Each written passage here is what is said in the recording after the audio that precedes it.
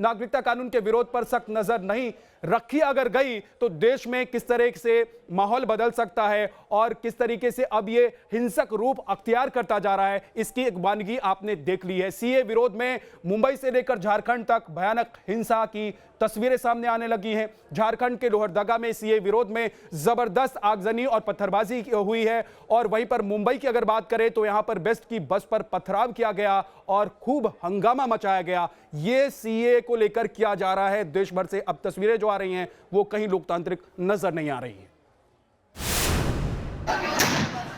नागरिकता कानून को लेकर देश में हंगामा मचा है। पहले दिल्ली और यूपी में हिंसा का तांडव दिखा, अब सीएए के विरोध की आग झारखंड और मुंबई तक पहुंच गई है।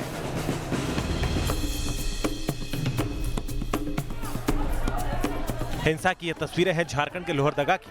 यहाँ उपद्रवियों ने ऐसा बवाल मचाया कि लोग सिहर उठे। सैकड़ों की तादाद में उपद्रवी सड़कों पर उत्पात मचाते दिख रहे हैं।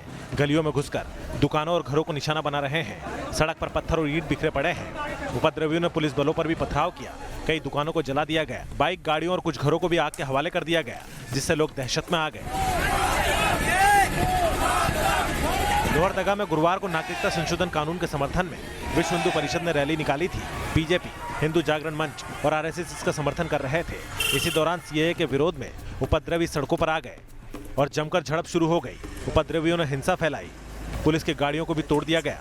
पथराव में पुलिसकर्मियों समेत 50 से ज्यादा लोग घायल हो गए। तनाव को देखते हुए पूरे इलाके में कर्फ्यू लगा दिया गया। बताया जा रहा है कि उपद्रवियों ने साजिश के तहत हिंसा को अंजाम दिया।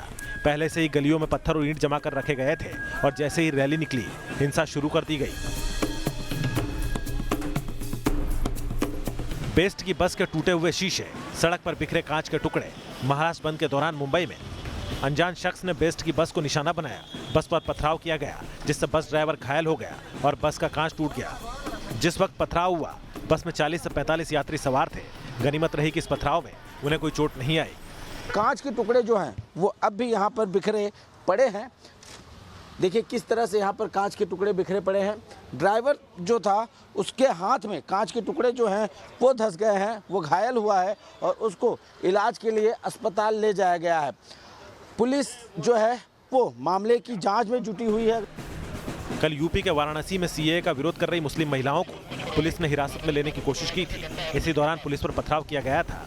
इससे पहले भी देश में सीएए को लेकर हिंसा और आगजनी की तस्वीरें नजर आ चुकी हैं, जिससे समझ आता है कि कैसे नागरिकता कानून के विरोध की आड़ में देश को सुलगाने का षड्यंत्र रचा जा रहा है। T news nation.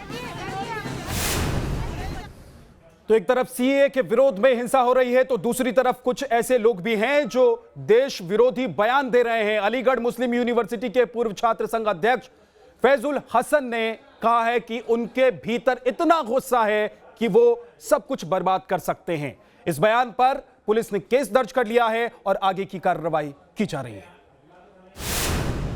वो कौन से हैं, अगर हम बर्बाद करने पाएंगे तो छोड़ेंगे नहीं, किसी भी देश को खत्म कर देंगे। इतना गुस्सा है, इतने जज्बात होते हैं, लेकिन कभी नहीं चाहते हैं कि अपना मुल्क को बचाने के लिए हमने लड़ा है, अपने गले को कटवाया है इस मुल्क को, तो हमेशा बचाने की कोशिश करेंगे। अफवाह की अंधेरी गलियों में पनप रही है ऐसी जहरीली विचारधारा। कहने को तो ये छात्र हैं, लेकिन धमकी आतंकियों जैसी देता सुनाई पड़ता है।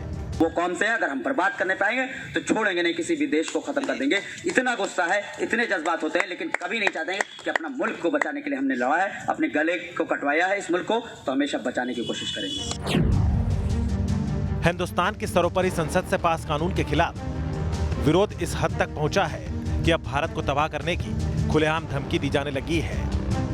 जो योगी आदित्यनाथ ने आज बयान दिया है कि मैं वो हालत कर दूंगा कि 7 पुश्तें आपकी जो है परेशान हो जाएंगी, कि जो लोग सीएनआरसी के खिलाफ प्रोटेस्ट करते हुए और यहाँ पर तोड़फोड़ किया गया।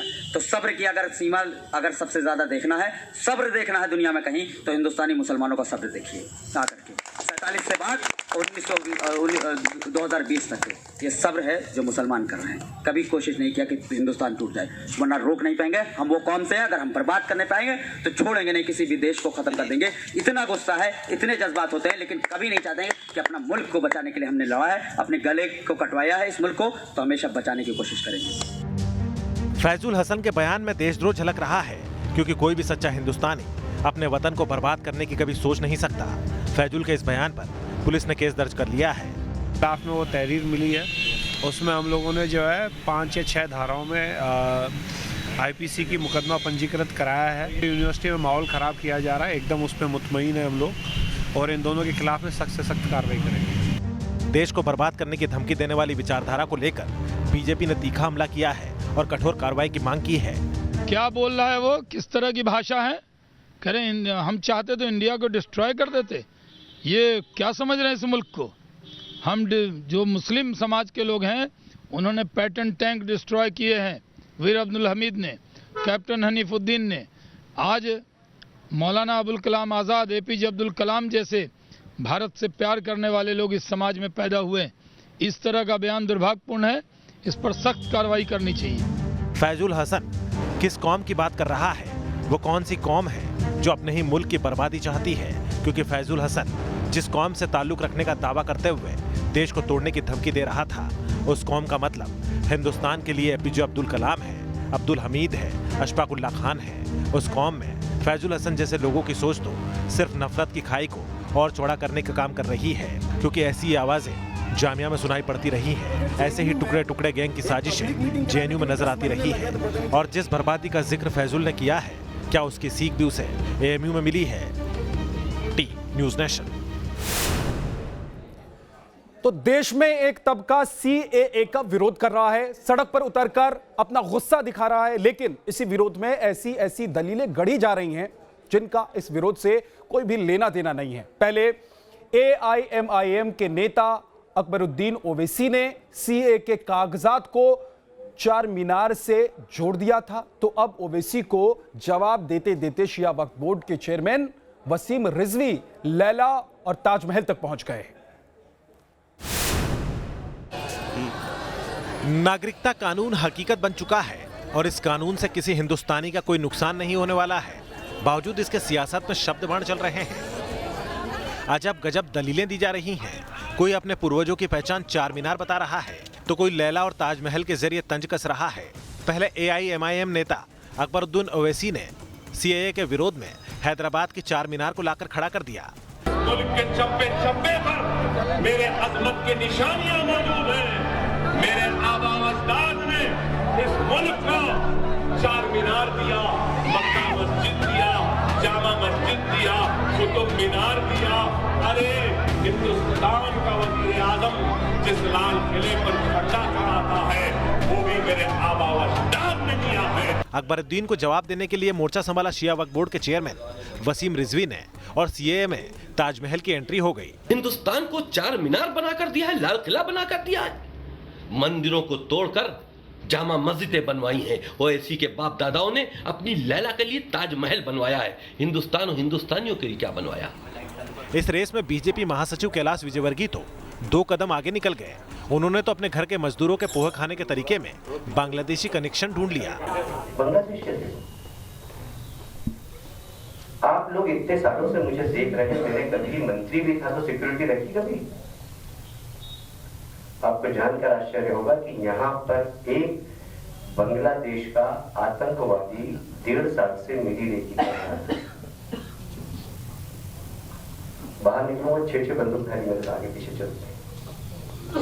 मेरे बच्चे नहीं, मैंने कभी इंदौर में देखा ही नहीं, सोचा ही नहीं। वाकई सीएए पर अजब बयानों की गजब सियासत चल रही है। हर कोई अपने मतलब के हिसाब से सीएए के कागजातों की पड़ताल कर रहा है, जिसका सीएए कानून से दूर दूर तक कोई लेना देना नहीं है। T news nation.